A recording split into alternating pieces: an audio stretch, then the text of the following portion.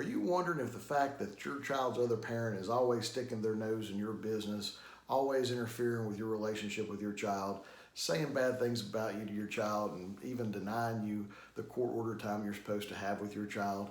Are you curious if whether or not that type of behavior is going to have a negative impact on the custody case? Well, my name's Patrick Slaughter, and I'll answer that question very briefly. Yes, it will.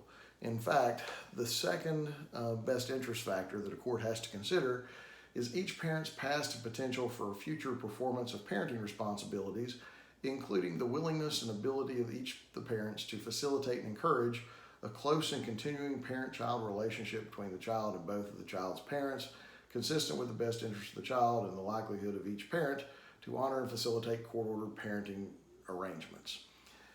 And along with that, whether a parent has violated a court-ordered parenting arrangement. In a nutshell, that says bad behavior where you're interfering with another parent's relationship with their child will be held against you.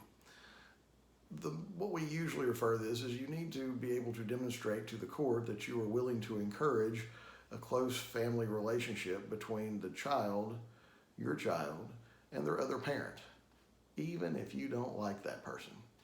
The judge wants to see that you guys, even if you don't like each other, are willing to, put those personal feelings aside and put your child first.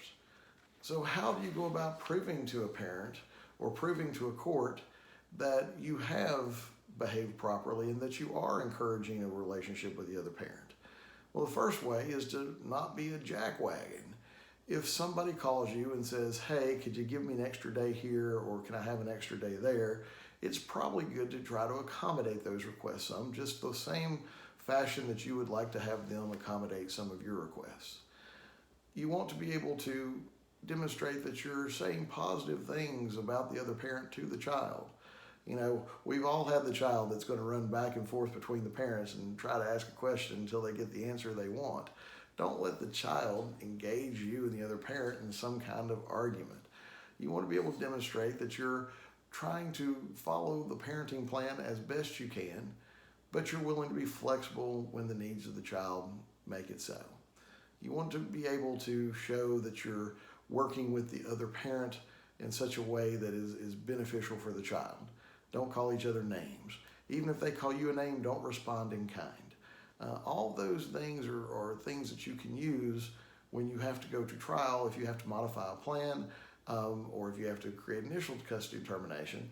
You want to be able to demonstrate that you've always dealt with the other parent in a polite, civil fashion, that you've always put the child's needs first, and that you're encouraging the child to undergo activities with the other parent, to be flexible with that other parent, to help to have a civil relationship between both parents and the child.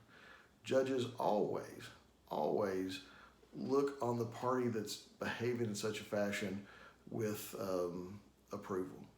I've never seen a judge fault a parent for bending over backwards to encourage a relationship with the other parent with the child. So get creative and look for ways to do that. And if you're worried about how to prove it, communicate in writing, send each other texts, send emails. Those kinds of things matter. And obviously, if there's a court-ordered parenting plan already in place, follow that plan to the extent that you're able. It doesn't mean that it's, you're handcuffed to it. If you need to make some accommodations for each other, by all means do it. There's no parenting plan police that are going to come out and find fault with you for trying to do the best you can to take care of your child. Just make sure that both of you agree, get those agreements in writing if you're going to deviate from the plan. But be prepared to demonstrate to a judge that you were trying to encourage a relationship between your child and the child's other parent, and that'll go a long way in helping you to get the custody arrangement that you're looking for.